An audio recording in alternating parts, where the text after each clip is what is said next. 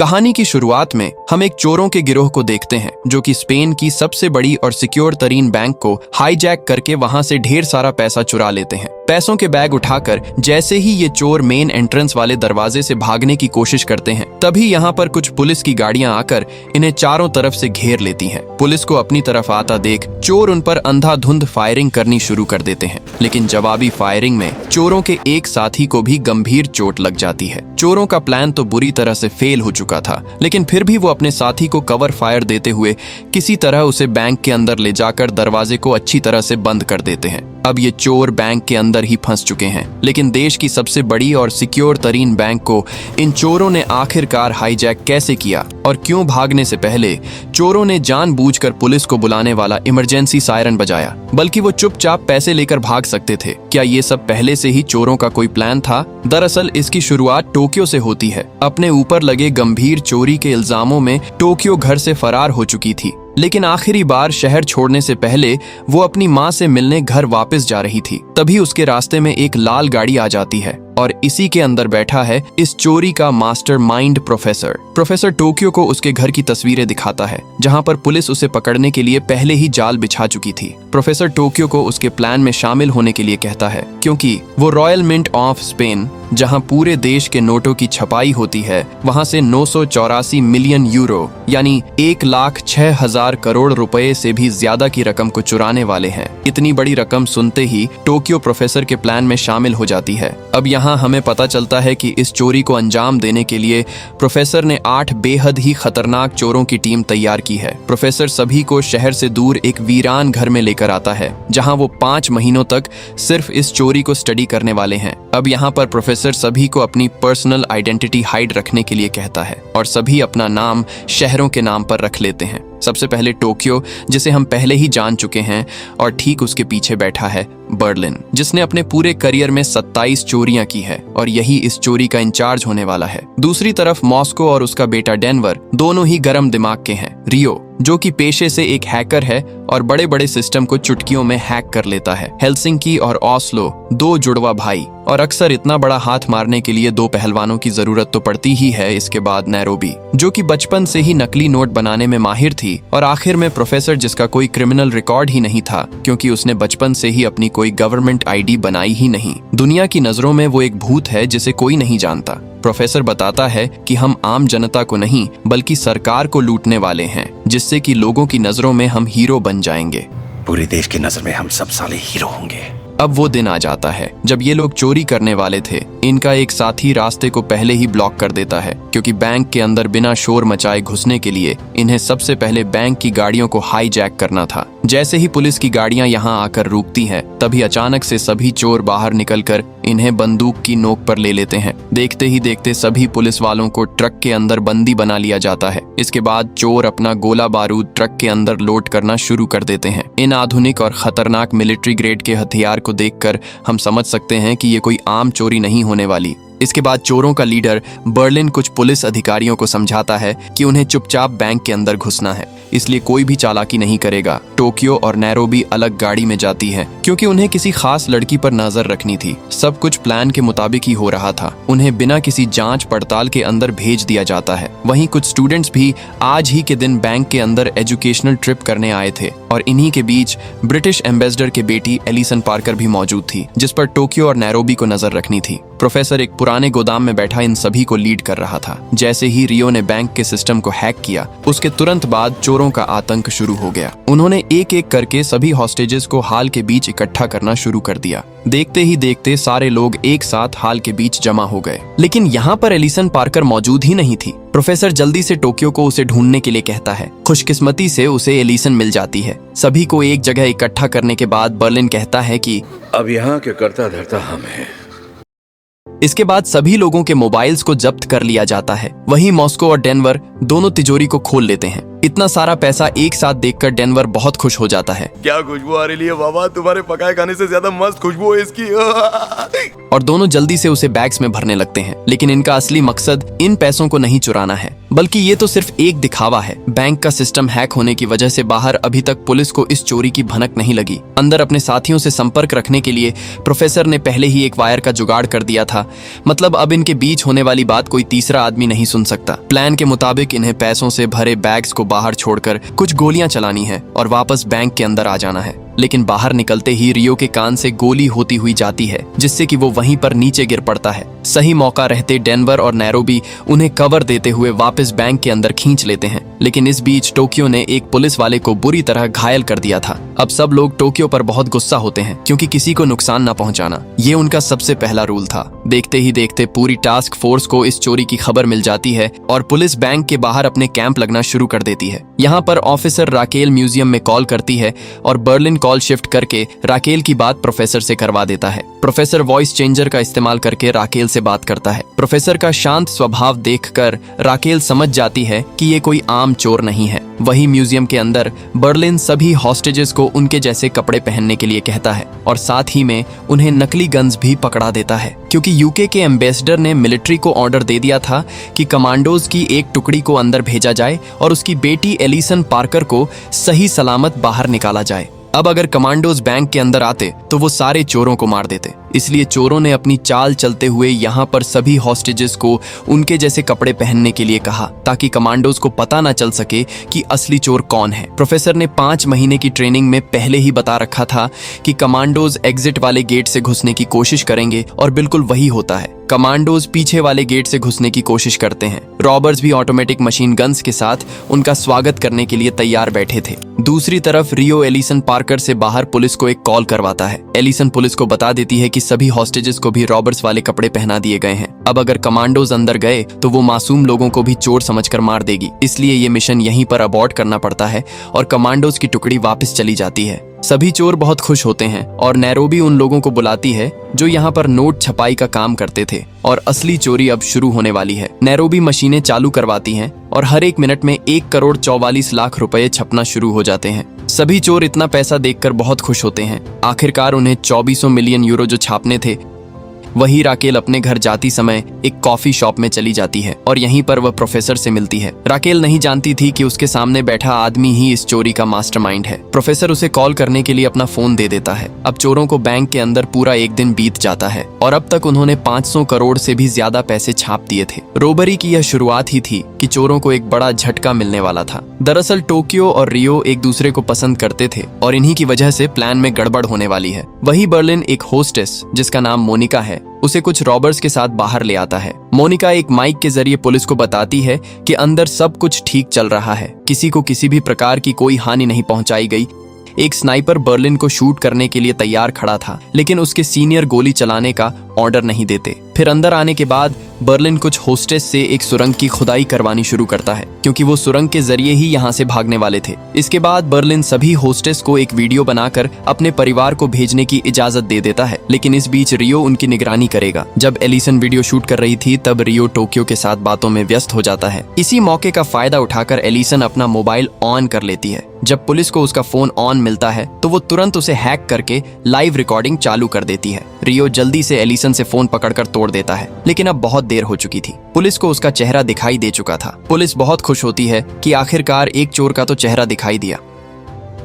तस्वीर की मदद से पुलिस रियो का सारा बायोडाटा निकाल लेती है। राकेल प्रोफेसर को कॉल करती है। प्रोफेसर सबसे पहले खाना और दवाइयां की मांग करता है। राकेल कहती है कि हमें तुम्हारे एक साथी का चेहरा दिख चुका है, बेहतर होगा कि तुम खुद ही सरेंडर कर दो, मैं तुम्हारी सजा कम करवा दूंगी। लेकिन प्रोफेसर इसके लिए तैयार नहीं था। दरअसल प्रोफेसर ने इस चोरी को प्लान करने में पूरे 20 साल का वक्त लिया था। प्रोफेसर बर्लिन को कॉल करके कहता है कि जिसने भी फोन एक्टिवेट किया उसे ढूंढ कर सजा दो। अब क्योंकि रियो की लापरवाही की वजह से पुलिस को अंदर की जानकारी मिल चुकी थी, इसलिए बर्लिन उसे पकड़कर हेलसिंकी और ओस्लो के पास ले जाता है और दोनों उसे बहुत बुरी तरह पीटते हैं। इसी बीच मोनिका को एक सीक्रेट फोन के बारे में पता था, इसलिए वो चुपके से उसे अपनी जेब में रख लेती है। वही लंच ब्रेक के दौरान राकेल जब वापस कैफे में जाती है तो यहाँ पर प्रोफेसर भी आ जाता है और तभी राकेल के मोबाइल पर एक मैसेज आता है कि 2 चोरों का पता चल चुका है। तस्वीर को देखते ही राकेल तुरंत प्रोफेसर को दबोच लेती है। प्रोफेसर को लग रहा था कि वो पकड़ा गया, लेकिन राकेल को वो सिर्फ एक न्यूज चैनल वाला रिपोर्टर लग रहा था, इसलिए वो उस पर भड़क गई। प्रोफेसर उसे यकीन दिलाता है कि वो कोई रिपोर्टर नहीं है। वही म्यूजियम के अंदर मोनिका जब डेनवर से कुछ दवाइयां लेकर जा रही थी, तभी उसके जेब में पड़ा वो सीक्रेट मोबाइल आवाज कर देता है। बर्लिन और डेनवर दोनों को जब पता चलता है कि मोनिका ने अपने पास एक मोबाइल छुपा कर रखा हुआ था, तब बर्लिन डेनवर को मोनिका को मारने का हुक्म देता है। बर्लिन अब अपना असली रंग दिखा रहा था। प्रोफेसर का रूल था कि किसी भी होस्टेस को नुकसान नहीं पहुंचाया जाएगा, लेकिन बर्लिन रूल्स के अगेंस्ट जाकर मोनिका को मारने का हुक्म देता है। डेनवर मोनिका को बाथरूम में ले जाकर मारने की कोशिश करता है, लेकिन हिम्मत नहीं जुटा पाता क्योंकि मोनिका मां बनने वाली थी। तब मोनिका कहती है कि मेरी थाई पर मारो, जिससे कि बहुत सारा खून निकलेगा और बर्लिन को लगेगा कि मैं मर चुकी हूं और मैं एक सेक्रेट रूम में छुप जाऊंगी। डेनवर ऐसा ही करता है और बर्लिन को लगता है कि मोनिका मर चुकी है। इसी बीच नोट प्रिंटिंग का काम पूरी तेजी से चल रहा था। नैरोबी बिना रुके सभी वर्कर्स से काम ले रही थी। वही टोक्यो गुस्से में 3 कैमरे तोड़ देती है और प्रोफेसर से कहती है कि आइंदा किसी ने रियो को छूने की कोशिश की तो वो सबको मार देगी। प्रोफेसर शांत स्वभाव में टोक्यो से कहता है कि तुम दोनों की तस्वीर पूरी दुनिया में फैल चुकी है और तुम्हारी लव स्टोरी के चक्कर में मेरा पूरा प्लान बिगड़ रहा है। दरअसल पुलिस ने म्यूजियम की पुरानी सीसीटीवी फुटेज चेक की और उन्हें रियो के साथ टोक्यो भी दिखाई दे जाती है।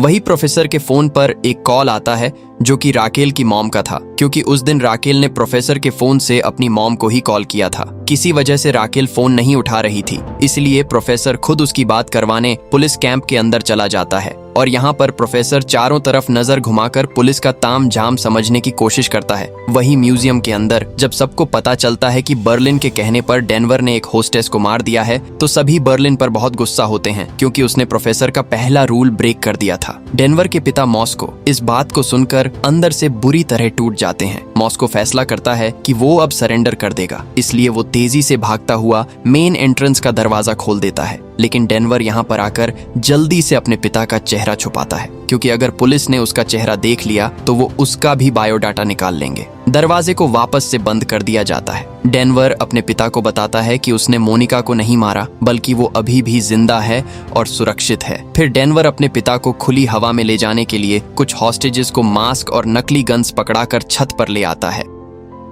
अब आर्टूरो को दोनों की बातों से पता चलता है कि डेनवर ने मोनिका को गोली मारी है, इसलिए वो डेनवर पर भड़क जाता है। माहौल को खराब होते देख डेनवर और मॉस्को सभी हॉस्टेजेस को घुटनों के बल बैठने के लिए कहते हैं, लेकिन आर्टूरो इस बीच खड़ा ही रहता है और दूर से स्नाइपर्स को लगता है कि आर्टूरो ही चोर है, इसीलिए वो उस पर गोली चला देते हैं। लेकिन मास्क उतरने के बाद पुलिस को पता चलता है कि उन्होंने एक मासूम होस्टेस को ही गोली मार दी है। डेनवर और मॉस्को जल्दी से उसे नीचे लेकर आते हैं। वहीं कैंप के अंदर राकेल पर सीनियर्स के थ्रो। अब बहुत ज्यादा प्रेशर बढ़ चुका था क्योंकि उसने गलती से एक होस्टेज को गोली मरवा दी थी। राकेल प्रोफेसर को कॉल करके कहती है कि एम्बुलेंस तैयार खड़ी है, जख्मी आर्टूरो को बाहर आने दिया जाए, लेकिन प्रोफेसर इसके लिए तैयार नहीं था। वो एक मेडिकल टीम को अंदर आने की इजाजत दे देता है। अब पुलिस एक खतरनाक प्लानिंग करती है। वो डॉक्टर के साथ अपने एक भरोसेमंद साथी एंजल को अंदर भेजने वाली थी और दूसरी तरफ से कुछ कमांडोज चोरों जैसे कपड़े पहनकर एक छोटी सी वेंटिलेशन पाइप से अंदर घुसेंगे, जिससे कि कमांडोज चोरों के बीच शामिल होकर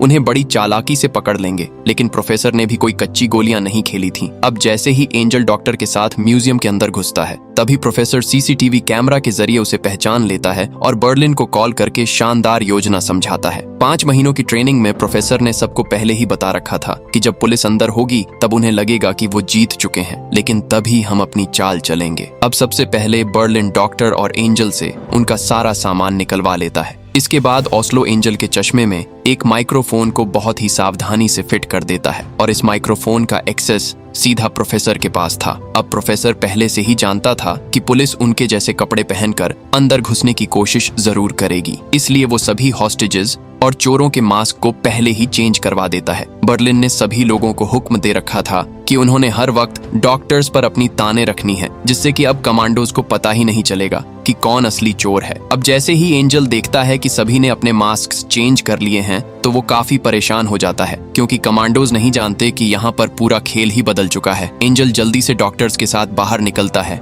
और भागता हुआ कैंप में जाकर जल्दी से राकेल को मिशन अबॉर्ट करने के लिए कहता है, क्योंकि अगर कमांडोज अंदर घुस गए तो भारी तबाही हो सकती है। इसीलिए राकेल भी कमांडोज को वापस आने का हुक्म देती है। पुलिस ये देखकर हैरान हो जाती है कि रॉबर्ट्स ने पहले ही इतनी तैयारी कर रखी थी। प्रोफेसर भी उनकी बातें सुन रहा था क्योंकि उसने एंजल के चश्मे में माइक्रोफोन जो लगवाया था। अब राकेल सबसे कहती है कि रॉबर्ट्स इतनी बड़ी प्लानिंग करने के लिए बैंक तो जरूर आए होंगे, इसलिए पुरानी सीसीटीवी फुटेज को दोबारा ध्यान से चेक किया जाए। वहीं म्यूजियम के अंदर सभी लोग टीवी चलाकर अपनी ही न्यूज देख रहे थे। हर न्यूज चैनल पर उनका ही नाम छाया हुआ था और इस चोरी को दुनिया की सबसे बड़ी चोरी भी कहा जा रहा था। चोरों ने मात्र 33 घंटों में 18 अरब 61 करोड़ रुपए से भी ज्यादा की रकम को छाप दिया था। रात को टोक्यो बर्लिन पर गुस्सा थी और वो प्रोफेसर को कॉल करके बर्लिन को बताने के लिए कहती है कि उसने मोनिका को मरवा दिया है। प्रोफेसर को जब इस बात का पता चलता है तो वो काफी निराश हो जाता है। वो लोग जल्दी सबके जिंदा होने का सबूत मांगेंगे और इसकी सजा भी वो बर्लिन को देने वाला था। अब चोरों को बैंक के अंदर 2 दिन बीत जाते हैं। वापस कैंप आने पर राकेल को एक सीसीटीवी फुटेज दिखाई जाती है जिसमें कि टोक्यो और रियो जिस गाड़ी में बैठकर म्यूजियम आए थे उसकी चाबी दिख जाती है। राकेल चाबी की मदद से गाड़ी की जानकारी निकलवाकर गाड़ी को ढूंढने के लिए कहती है। प्रोफेसर भी उनकी सारी बातें चश्मे में लगे माइक्रोफोन के जरिए सुन रहा था। प्रोफेसर काफी टेंशन में आ जाता है क्योंकि उसने वो गाड़ी हेलसिंकी को डिस्ट्रॉय करने के लिए दी थी, लेकिन हेलसिंकी ने वो गाड़ी सिर्फ 1000 यूरो में एक भंगार वाले को बेच दी। अब सारी जिम्मेदारी प्रोफेसर के कंधों पर आ गई। वो जल्दी से उस जंकयार्ड में चला जाता है, लेकिन यहाँ पर जंकयार्ड के मालिक ने प्रोफेसर को चोर समझकर उसके पीछे अपना कुत्ता लगा दिया, जिससे कि प्रोफेसर को अपनी जान बचाकर यहाँ से भागना पड़ता है। वापस आकर प्रोफेसर पुलिस का ध्यान भटकाने के लिए राकेल से कहता है कि वो 8 हॉस्टेजेस को छोड़ देगा, लेकिन राकेल हॉस्टेजेस की बजाय एलिसन पार्कर को छोड़ने के लिए कहती है और प्रोफेसर उसकी ये सारी बातें मीडिया में लीक कर देता है, जिससे कि लोगों के सामने पुलिस की इमेज खराब हो जाती है क्योंकि पुलिस ने 8 लोगों को बचाने की बजाय एक बड़े नेता की बेटी को चुना। पुलिस को इस झंझट में उलझाकर प्रोफेसर को वापस से सबूत मिटाने का समय मिल जाता है और इस बार वो छुपता हुआ जंकयार्ड में गाड़ी तक पहुंच जाता है। प्रोफेसर सैनिटाइजर की मदद से सारे फिंगरप्रिंट्स और बाकी के सबूत मिटा देता है, लेकिन जाने से पहले सजा के तौर पर वो बर्लिन की शर्ट का एक बटन गाड़ी में जानबूझकर छोड़ देता है। इसी बीच राकेल भी कुछ पुलिस ऑफिसर्स के साथ यहाँ पर पहुंच जाती है। राकेल को पता चल जाता है कि गाड़ी में सबूत अभी कुछ मिनट पहले ही मिटाए गए हैं और चोर यहाँ से ज्यादा दूर नहीं गया होगा, इसलिए वो सभी को उसे ढूंढने के काम पर लगा देती है। प्रोफेसर समझ जाता है कि अब उसका यहाँ से निकलना नामुमकिन है, इसलिए वो अपना पूरा होलिया ही चेंज कर देता है और एक भिखारी का भेष बनाकर बाहर निकलता है। एक पुलिस ऑफिसर उसे रोकने की कोशिश करता है, लेकिन प्रोफेसर उसे ऐसा जताता है कि जैसे वो कोई पागल है, जिससे कि ऑफिसर उसे बिना कुछ करे जाने देता है। लेकिन राकेल समझ जाती है कि वो भिखारी ही प्रोफेसर था, इसलिए उसे पकड़ने के लिए वो उसके पीछे भागती है, लेकिन अब बहुत देर हो चुकी थी। प्रोफेसर यहाँ से निकल चुका था। अब हमें ट्रेनिंग के दौरान एक सीन दिखाया जाता है जहां पर नैरोबी प्रोफेसर से पूछती है कि हम बैंक से बाहर कैसे निकलेंगे। प्रोफेसर सबको बताता है कि तुम लोगों को जानबूझकर कुछ हॉस्टेजेस को एक सुरंग खोदने के काम पर लगाना है, लेकिन तुम उस सुरंग से नहीं बल्कि दूसरी सुरंग से निकलोगे, जो कि मैंने आज से 5 साल पहले ही तैयार कर दी थी। तुम्हें बस लॉकर रूम से कुछ दूरी तक खोदना है और बैंक से सीधा यह लोग प्रोफेसर के अड्डे पर निकलने वाले थे। वही प्रेजेंट टाइम में पुलिस को कार के अंदर से मिले हुए बटन पर बर्लिन के फिंगरप्रिंट मिल जाते हैं, जिससे कि पुलिस बर्लिन का बायोडाटा भी निकाल लेती है। पुलिस को पता चलता है कि बर्लिन पहले भी 27 बड़े हाथ मार चुका है, लेकिन आज तक वो पकड़ा नहीं गया। लेकिन राकेल एक चाल चलती हुई बर्लिन पर औरतों की बदसलूकी करने का आरोप लगवाकर मीडिया में वायरल कर देती है। वही प्रोफेसर को एक और झटका लगने वाला था, क्योंकि जंकयार्ड के मालिक ने प्रोफेसर को देख लिया था और पुलिस उससे अब जांच पड़ताल करने वाली है। इससे बचने के लिए प्रोफेसर उस आदमी के परिवार की सारी कुंडली निकाल लेता है। वही म्यूजियम के अंदर बर्लिन टीवी पर अपनी न्यूज देखकर बहुत गुस्सा हो रहा था, क्योंकि उस पर लगाए जा रहे सारे आरोप गलत थे। दूसरी तरफ प्रोफेसर कुछ पुलिस वालों को चकमा देकर उनकी गाड़ी में घुस जाता है और वॉकी टॉकी के जरिए कैंप में एक मैसेज भेजता है, जो कि रशियन भाषा में था।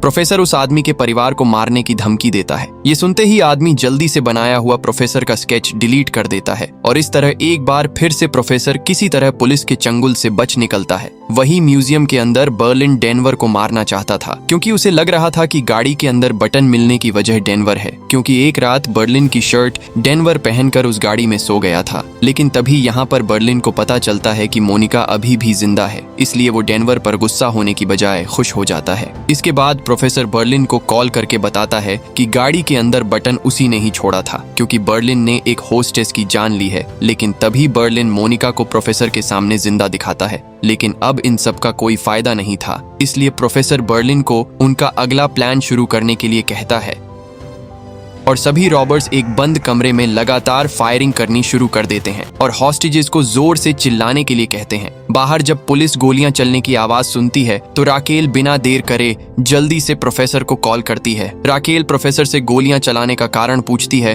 तब प्रोफेसर कहता है कि हम लोगों ने कुछ हथियारों की जांच की कि वो ठीक तरह से काम कर रहे थे या नहीं। लेकिन राकेल को प्रोफेसर की बात पर यकीन नहीं होता, इसलिए वो खुद अंदर जाकर देखना चाहती थी। प्रोफेसर भी यही चाहता था, इसलिए वो उसे अंदर आने की इजाजत दे देता है।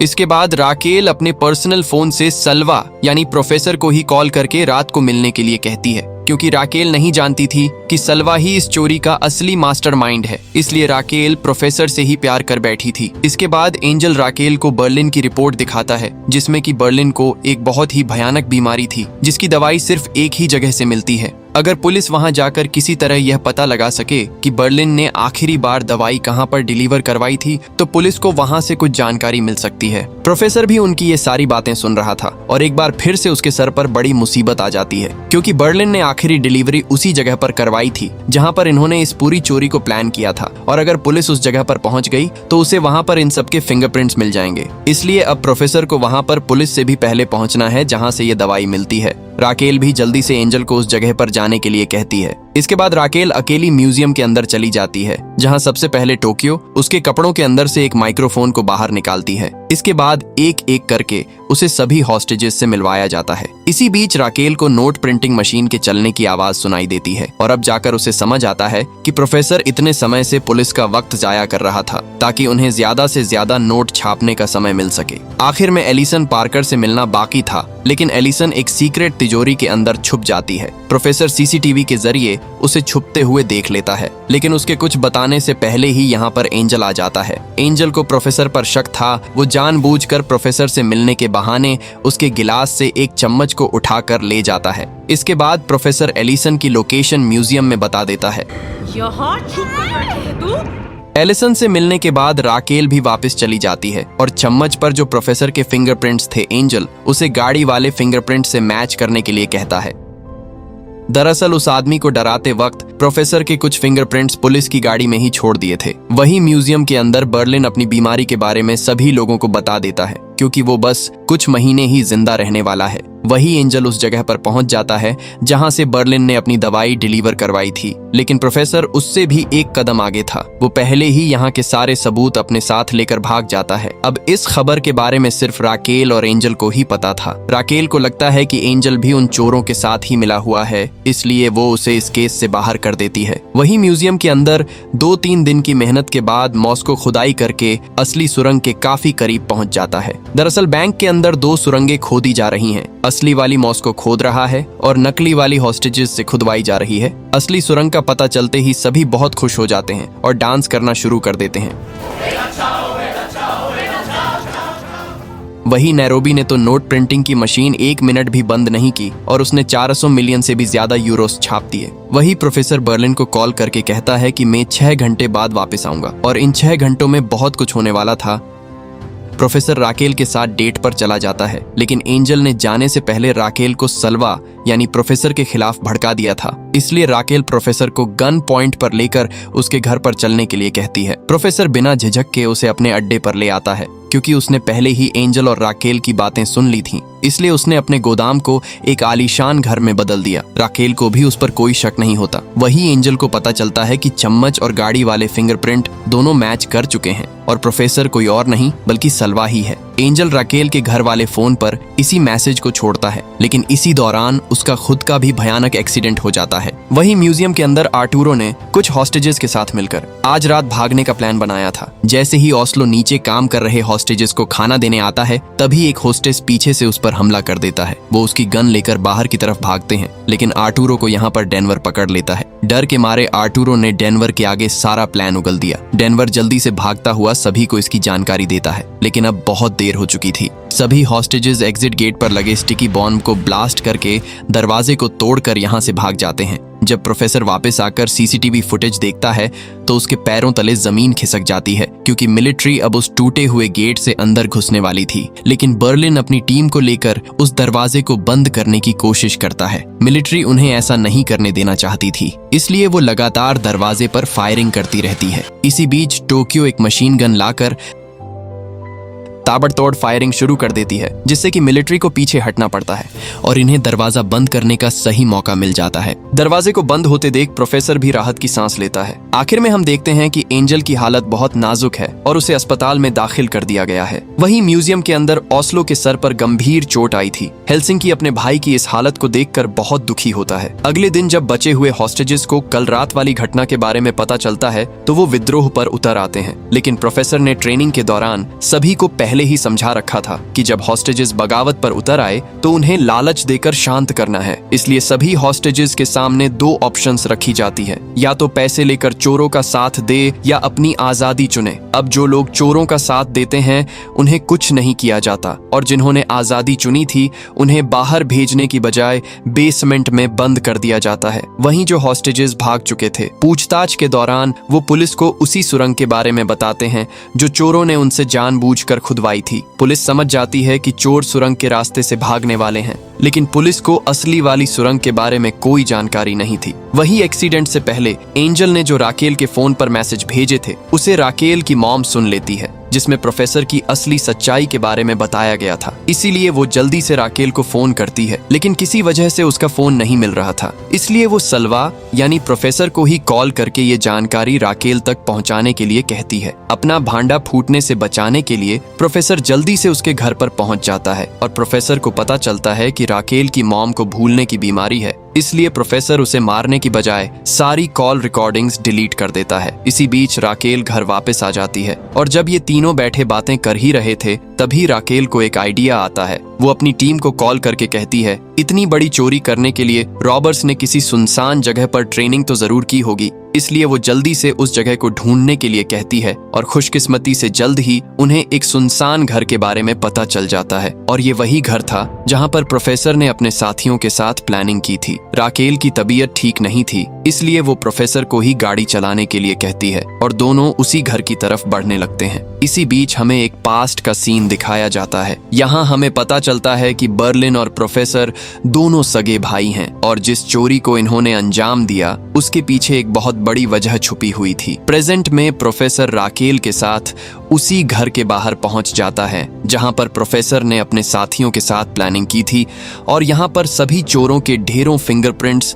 और सैलिवा मौजूद थे, जिससे कि पुलिस को अब उनकी आइडेंटिटी निकालने में ज्यादा समय नहीं लगेगा। अब अंत में हम प्रोफेसर को काफी टेंशन में गाड़ी के अंदर बैठे हुए देखते हैं। अब क्या ये चोरी संभव हो पाएगी, क्योंकि प्रोफेसर ने इस चोरी को प्लान करने में पूरे 20 साल का समय लिया था और आखिरकार ऐसी कौन सी वजह थी जो इन दोनों भाइयों को इस बैंक को लूटने के लिए मजबूर कर रही थी। आपकी जानकारी के लिए बता दूं कि इसके पार्ट 2 में ही इस चोरी का अंत हो जाएगा और वहीं पर हमें पता चलेगा कि आखिरकार जीत किसकी हुई, प्रोफेसर की या पुलिस की। और दोस्तों, फ्रॉम के पार्ट 4 की वीडियो को जितना जल्दी हो सके मैं अपलोड करने की कोशिश करूंगा, नहीं तो 2 जुलाई को तो पक्का ही चैनल पर वीडियो आएगी, क्योंकि अभी उसका लास्ट एपिसोड रिलीज होना बाकी है। और अगर आपको मनी हाइस्ट का पार्ट 2 फ्रॉम से पहले चाहिए तो मुझे कमेंट में लिख करके जरूर बताएं। वीडियो को लाइक करके चैनल को सब्सक्राइब कर देना।